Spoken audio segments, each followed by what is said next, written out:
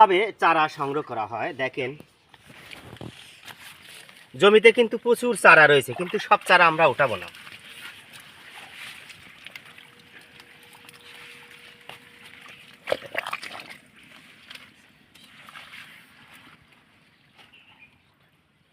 আমরা একই সাইজের চারা কিন্তু তুলবো।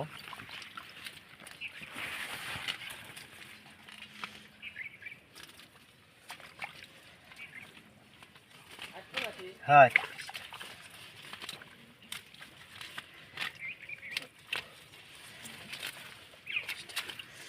এই দেখেন সব একই সাইজের তো চারা।